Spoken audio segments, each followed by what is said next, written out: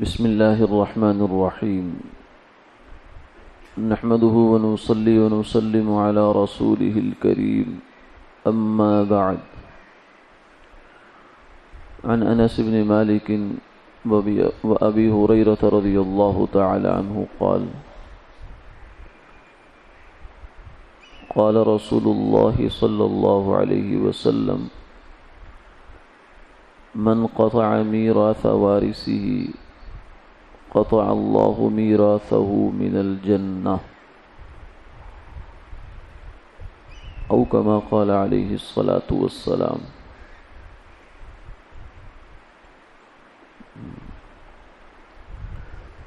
انس اور سیدنا ابو ہریرہ رضی اللہ تعالی عنہما سے مروی ہے کہ رسول اللہ صلی اللہ علیہ وسلم نے یہ ارشاد فرمایا کہ جس آدمی نے اپنے وارث کی میراث کو کاٹ ڈالا، قطع کر دیا، اللہ اس کی جنت کی میراث کو قطع کر دیں گے۔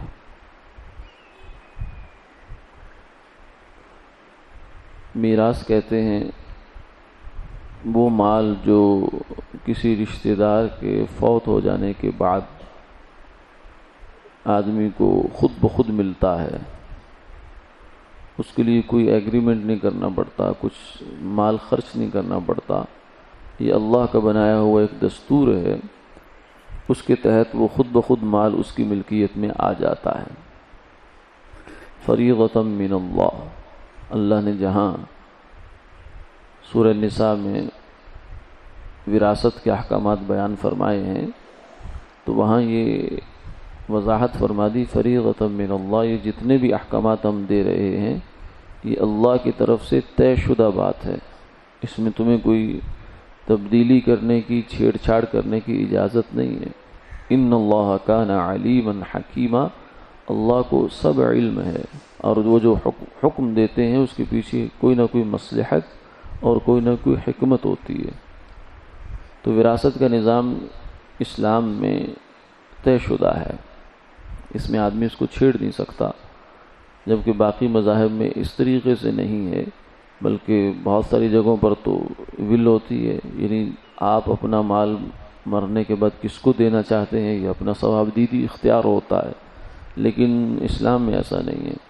زندگی میں تو ہو سکتا ہے آدمی اپنا مال کسی کو دے دے، لیکن اس میں بھی خیال رکھنا چاہیے کہ وہ ورثاء کو محروم نہ کرے، اور اگر خود ورثاء کے درمیان تقسیم کرنا چاہتا ہے، جیسے اولاد ہے، بیٹے ہیں، بیٹیاں ہیں،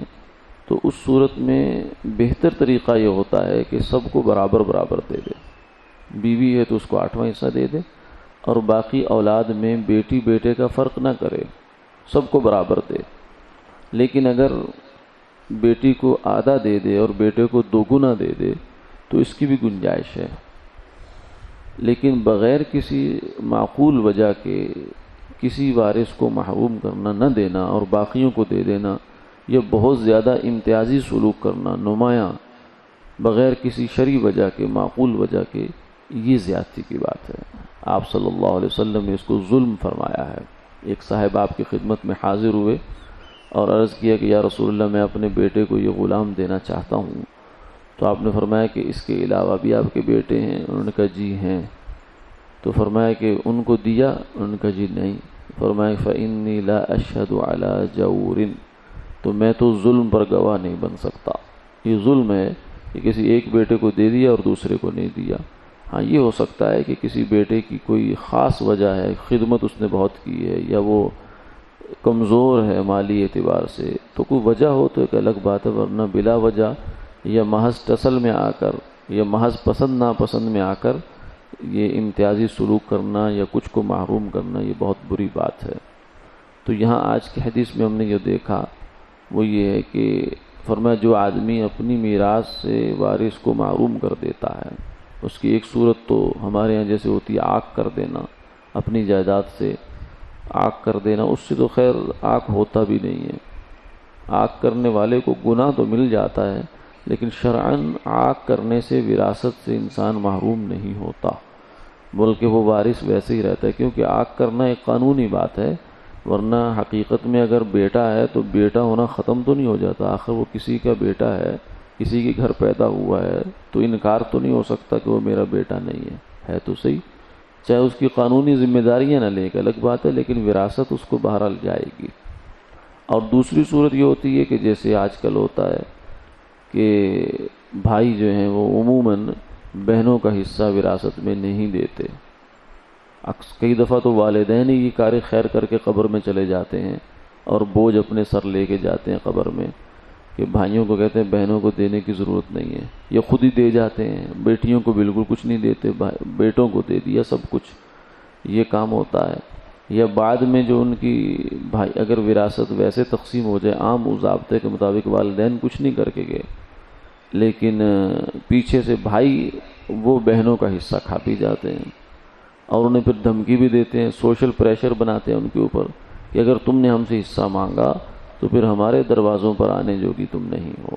کیسی عجیب بات ہے کہ بھائی سے حصہ مانگے تو وہ تو معاشرتی اعتبار سے بری بات نہیں، بلکہ اس کا حق سمجھا جاتا ہے، چاہے وہ کروڑوں میں کھیلتا ہو،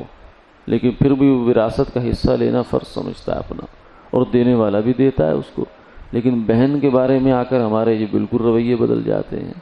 کہتے ہیں جی ہم نے جہیز دیا ہے تو بیٹوں کی شادیوں پر بھی تو خرچے کیے ہوتے ہیں۔ یہ سوچ غلط سوچ ہے، اس لیے بہنوں کو بھی وراثت سے محروم نہیں کرنا چاہیے، بڑی خطرے کی بات ہے۔ ایسا نہ ہو کہ آدمی جو ہے وہ حدیث پاک میں آتا ہے کہ ایک آدمی 60 سال 70 سال عبادت کرتا رہا، نیک بنا رہا، آخر میں جا کر وراثت کے بارے میں کوئی ایسا فیصلہ کیا کہ جس سے سارے کیے کرائے پر پانی پھر گیا۔ تو میراث جنت سے اگر انسان محروم ہو گیا تو دنیا کی زندگی کتنی سی ہے، یہاں تو جھونپڑی والے کی بھی گزر جاتی ہے اور محل والے کی بھی گزر جاتی ہے، دونوں پر دن ایک جیسا ہی چڑھتا ہے اور ایک جیسا غروب ہوتا ہے۔ اگر آخرت بگڑ گئی تو اس کا کوئی مداوع نہیں ہے۔ اللہ تعالی عمل کی توفیق عطا فرمائے۔